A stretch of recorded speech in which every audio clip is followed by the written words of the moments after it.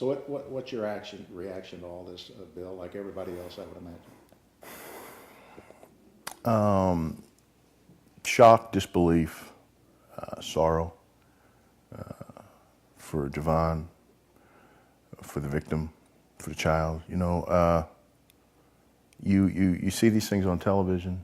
You know it's a reality, but it doesn't really strike you till it hits this close to home, maybe. And I think for a lot of people, hitting this close to home is because of who he is. Being a professional athlete and someone who's held in high regard. You played football for a long time. You've been in the locker room. You see these guys.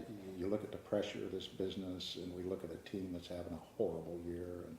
And then there's a great disconnect with the fan base and the players. And does any of this come into play, do you think? All of it. All of it, yeah. You know, you're held in such a high regard. You're judged on wins and losses, and right now you're perceived as a loser each and every week.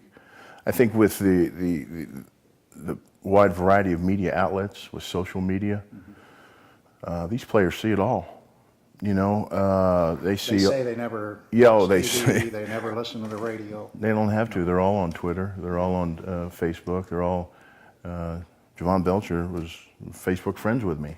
You know, I saw all his posts. I saw all his stuff.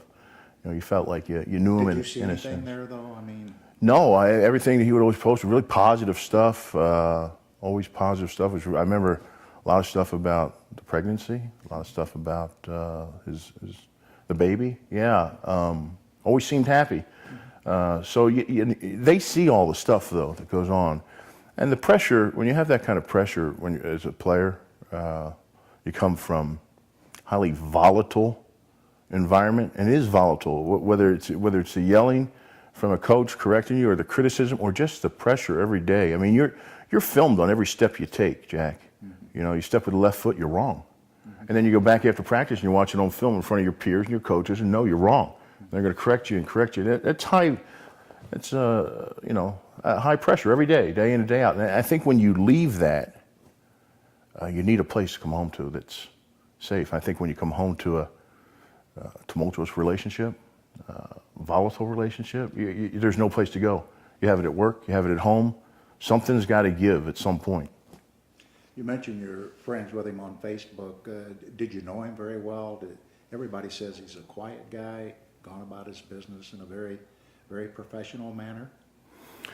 I didn't know him very well. I can't say that. I mean, you get to kind of understand people and see their posts and what they're happy about. My perceptions of him is the same as yours. Mm-hmm. You know, from what I know, from what I've heard, people I've talked to, even the reporters that are in the locker room covering it on a day-to-day basis. You know, mm-hmm. He was that. You know, seemed to be a quiet, nice guy. People I've talked to always said he was a nice guy. Mm-hmm. You know, and nice guys sometimes, you know, maybe they feel taken advantage of at times. Maybe they're just pushed to a limit. Yeah. Anything else you can share that you would feel comfortable sharing? I know you talk to a lot of people. You know a lot of people. And I've always said these football players are like a fraternity. I mean, they're close, man, you know, and we know that in the media. And we're perceived as somewhat the enemies for good reason many times. Your thoughts? Well, I think that just from the outside looking in, you see 25-year-old young man, 22-year-old young lady, love, hate, child involved. Things flare, jealousies, emotions. At that age, you know, they can erupt into something really volatile. Been in enough locker rooms to see it, different relationships. Been involved in one like that before, you know, things, it's not uncommon. You know, at that tender age, though, when you're that young, you just think, you know, you're invincible and you're in control of everything. You think you can control everything.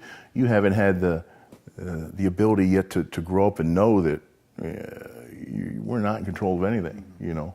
God's in control of everything. But when you think you're in control of everything, therein lies the problem.